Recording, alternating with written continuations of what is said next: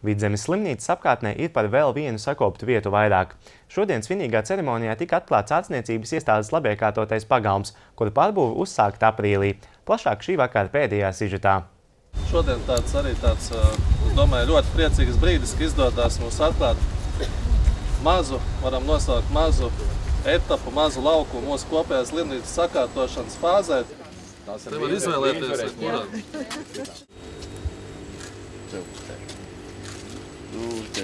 Pagaidē jāizgriež ārā. Goves griezienu. Šodien svinīgā brīdī ar lentes pārgriešanu Vidzemes slimnīca atklāja labiekārtoto pagalmu. Remontdarbos iekšpagalmā pieejas atjaunots atpūtas laukuma un iebrauktūs segumus, novietoti jauni soliņi, ierīkoti velosipēdu novietne un atjaunoti pakāpieni. Iepriekšējais laukums bija nokalpojis vairāk kā 30 gadus. Tie mūsu pacienti, un mēs atceramies, kā šeit bija, tad to salīdzināt ir diezgan grūti. Tas ir kā diena pret nakti. Un mūsu arī, lai mēs būtu kvalitatīvs pakalpojums sniedzējs, jārūpējās ir arī, lai pie mums varētu piebraukt un varētu arī veiksmīgi doties mājā gan pēc manipulācijām vai pēc ārsta apskats, lai tas būtu ērti.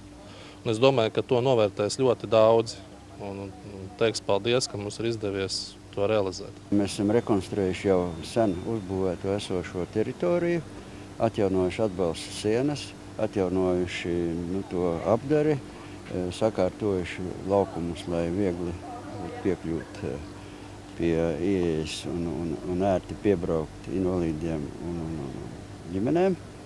Un tā pašā laikā šī vieta tā īpaši pirms tam funkcionāli neizmantoja. Šobrīd viņa labi izmantojas. Labi iekļaujās tajā kopējā skatā, un mēs esam priecīgi par paveikto. Pagalmā ierīkots pandus jeb uzbrauktuve nobrauktuve, lai nodrošinātu vides pieejamību personām ar kustību traucējumiem un vecākiem ar bērnu ratiņiem. Apmeklētāju ērtībām kalpos arī atjaunotais teritorijas apgaismojums un īpaši marķētas auto stāvvietas personām ar kustību traucējumiem un ģimenēm ar bērniem. Tāpat atjaunot arī puķu dobe, kurā klātesošie kopīgi stādīja Zemcietes slimnīcas jaunā logo krāsās un dizainā.